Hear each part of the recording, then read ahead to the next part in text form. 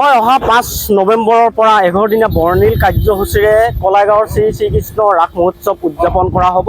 আৰু ইতিমধ্যে যি ৰাসস্থলী আছে, এই ৰাসস্থলী আচলতে পূৰ্ণ গতিত এনেদৰে কামসমূহ কৰা পৰিলক্ষিত হৈ পৰিছে। আৰু যিহেতু এইবাৰ 41 সংখ্যক এইখন ৰাস মহোৎসৱ, আৰু ইয়াত আচলতে দিনে নিশাই এনেদৰে যিসকল আয়োজক সমিতি আছে তেওঁলোকে কাম কৰা পৰিলক্ষিত হৈ পৰিছে। আৰু যি অহা মাজতে এটা দিন আৰু তাৰ পিছতে 5 নৱেম্বৰৰ পৰা 15 নৱেম্বৰলৈ অনুষ্ঠিত হ'ব কলাইগাঁও শ্ৰী শ্ৰীকৃষ্ণ ৰাস মহোৎসৱখনি। উদযাপন সমিতি আছে, তেওঁলোকৰ সৈতে কিছু কথা পাতিবলৈ মই চেষ্টা কৰিম। কেনেদৰে আগবাঢ়িব এইবাৰ কলাইগাঁও ৰাস? হয়, আমাৰ এই 5 নৱেম্বৰৰ পৰা একদম 15 নৱেম্বৰলৈ 18 কাতিৰ পৰা 28 কাতিলৈ আমি ৰাস উদযাপন কৰিবৰ কাৰণে আমি আৰম্ভ কৰিছোঁ।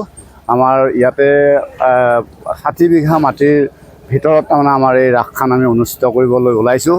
আৰু লগতে আমাৰ 200ৰো ওপৰত মৃন্ময় মূৰ্তি, লগতে 200ৰ ওপৰত মৃন্ময় মূৰ্তি আৰু 10টাকৈ আমাৰ যি ইলেক্ট্ৰিকেল মূৰ্তি থাকিব, সেনেকৈ থাকিব।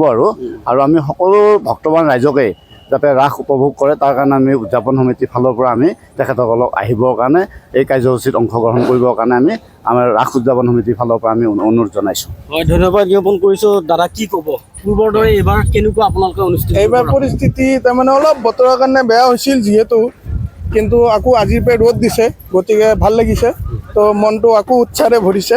তো এইবাৰ আশা কৰোঁ ৰাসটো যাতে ভাল হয় আৰু ভাল হ'ব বুলি ভাবিছোঁ। এইবাৰ ৰাস উৎসৱ অনুষ্ঠিত বাজেট কিমান হ'ব এইবাৰ? এইবাৰ আমাৰ বাজেট প্ৰায় 23 লাখ টকা। 23 লাখ টকাত আমাৰ ৰাসখন উদযাপন কৰিম বুলি ভাবিছোঁ। ধন্যবাদ জ্ঞাপন। আন এগৰাকী ব্যক্তি আছে। দাদা, কি ক'ব পূৰ্বৰ দৰে এইবাৰ মানুহে ৰাস চাব পাৰিব নে কলাইগাঁৱত? পাৰিব। এইবাৰ ভালদৰে চাব পাৰিব, বতৰো ভাল হৈছে। সেইকাৰণে ভাবিছোঁ যে আশা কৰিছোঁ ভক্তবান ৰাইজ আহিব চবে, সেইটো আশা কৰিছোঁ। কি দেখা পাব ইয়াত বিশেষ কিবা? ইয়াতে আপোনাৰ মৃন্ময় মূৰ্তি থাকিব, আপোনাৰ ইলেক্ট্ৰিকেল 10টা আছে, আৰু আপোনাৰ মীনা বজাৰ আছে, আৰু তেনেধৰণৰ বহুত কিবা কিবি আকৰ্ষণীয় বস্তু আছে। আৰু কেইদিনীয়াকৈ অনুষ্ঠিত? 11 দিনীয়া ৰাস উদযাপন হ'ব।